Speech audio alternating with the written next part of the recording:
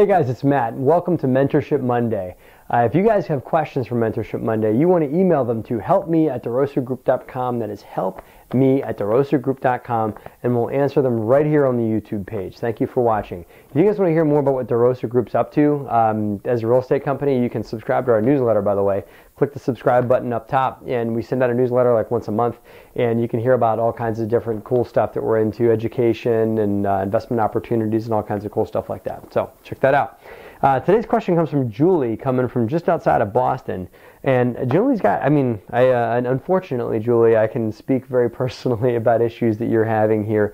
I can only just read this because it's a good story. Julie's a good storyteller on what's going on here, so I just can only read you what's going on, and I've got plenty of thoughts for you, Julie. So, hello, we purchased a four-family home in a D, and she puts in parentheses, or E or F neighborhood. There's actually no E or F. Maybe there should be like an E, F, a G, and whatnot, but D is the lowest you can go from what I understand. Neighborhood that's in a medium drug crime area. A medium, right?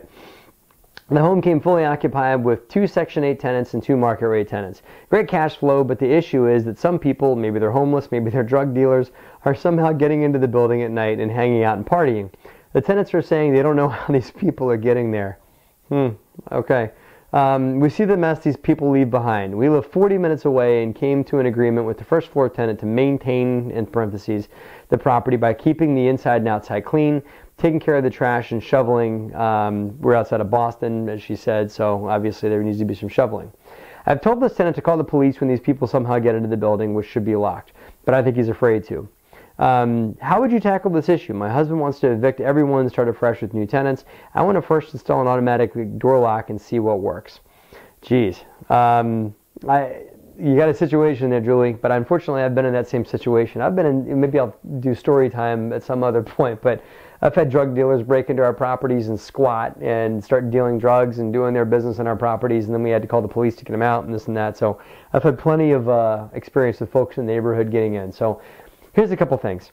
These type of situations they don't want attention, and the people that are doing this don't want attention. And so if you create attention on them, they will scatter and find somewhere else to go. So first thing you want to do is you want to post signs all around the property that say, no trespassing, no authorized use only. Have a good key lock system on the building, be that a key fob system where they can get in with a little electronic thing. It costs a little bit of money, but you could do that. But keyed entry only to all doors on the property, number one. And make sure like an automatic door closer. You're right, you want to do that too. And the next thing you want to do is install a prominent video camera system in the building that you can monitor. I use video camera systems in most of our multifamilies, and you can get them from, I think Sam's Club sells a model that's like a Revo, R-E-V-O is what we use, and it's not even $1,000 for a 6-camera or 8-camera system, and it's pretty easy to install. Probably have to have somebody install it for you unless you and your husband are pretty handy. But you can put it in the building. You have to install internet in the building, but then once you do that, you can monitor it from home. You can pull up your cell phone and look to see if these knuckleheads are getting into your building and doing their business at 10 o'clock at night or whatever, and you can call the police yourself. So then make sure that the video camera system is visible, it's evident, it's prominent that you're doing it. If someone tampers with it, you'll see it. And that. So there's also another alarm system you can get called Simply Safe that we use too, but that's typically for vacant structures. Makes a really loud screaming sound when people get in. It also calls the police for you. So that's Simply Safe. You could check that out too. But again, that's an alarm system. You could look to put that in too, but it'd be a little more cumbersome to do with a bunch of tenants trying to key in and key out of the building all the time, right? So I also have some opinions. Your guy living in that first floor unit knows what's going on, and he's probably in on it, right? So I would be careful, and also just to all you other folks watching, of course, because this isn't just for Julie, this is for all you other guys that maybe have properties in D neighborhoods or in any neighborhood in general, really. Be careful cutting deals with tenants to do things like watch the property for you, shovel the snow, and that. I don't. You didn't say, Julie, but I'm curious if you're giving this guy a rent credit or if you're paying him or however it is you're doing a deal with him. To do that. So just be careful about deals like that because it can get hairy, it can get hard to hold them accountable to things if you don't have it in writing. So if you don't have it in writing, put it in writing. And then if you put in a video camera system, just watch for these things will either disappear if you put in a video camera system, or they'll continue if you don't tell the tenants that it's there. Just make them figure it out. And you probably see this guy on the first floor maybe is either in on it or is just looking the other way or whatever it is. But it's too evident for these people to be getting into your building, doing their business, and him not being aware of it. And that. So I would also, that's step number one, is find out really what's going on with him. But the video camera system and the lockdown on the building and all that's the first thing you want to do. But just, that's my tip. There's really no action you can take on the first floor tenant, but my tip to you is that he may be more aware of what he of what he claims to be.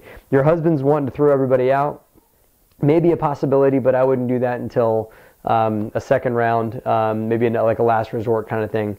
And the reason why I say that is these folks that are getting into the building, somebody in your building is aware and is friends with these people. If you throw everybody out, those people are going to come in and they're going to do bad stuff like steal your copper and cost you a lot of money and everything like that. So I would lock down the building. You'll lose at least one or two of your tenants when you do this, because at least one or two of your tenants are in cahoots with these people. And then you can get better people in. Here's another idea. You could do all these things, send a letter to your tenants and say, hey, just so you know, I'm aware of some bad activity that's happening in that building, and so I'm going to put on stronger police presence. I'm going to put in a video camera system. I'm going to do lockdown on the building and everything like that. And I'm even to consider having the police patrol the building, whatever you want to put in that letter that you're going to do. And that letter will do two things. It'll tell the good tenants that don't want these people coming in the building that you're going to do something about it, and it'll stop them from moving out. And B, it'll tell the people that are either maybe alluding to, maybe in cahoots with these people, or at least friends with them, or aware of them, or letting them in, or looking the other way. It'll let them know that you're not going to tolerate that activity anymore, and those people will probably move out. So what you want to do is let everybody know about what you're doing. And at the end say, if you're not comfortable with these changes, I will allow you to move out and break your lease at any time. So give you a voluntary move out. Probably want to keep the security deposit, but you want to give them a voluntary move out at any given time. So they can call you up and say, hey, I'm not comfortable with these changes you're making because these guys breaking in the building are actually my cousins. They're not going to admit to that, but perhaps they'll not be comfortable because they know you're now watching and they don't want to get caught in cahoots with them. So they may voluntarily move out, and you can put good upstanding citizens in your building moving forward. So those are a bunch of ideas, but most and foremost, make sure the building's secure and locked down at night. Put in a video camera system. That's not going to cost you more than a couple of $1,000 all in to make all that happen. So I hope that's helpful, and to all the other guys that own properties in D or D minus, or as Julie's saying, E or F neighborhoods. Those are hopefully good tips for you guys too. Thank you, Julie. Good luck to you. Please send us an update to help me at DeRosa Group on how you're making out, or info at DeRosa Group too. Love to hear how you're doing over there.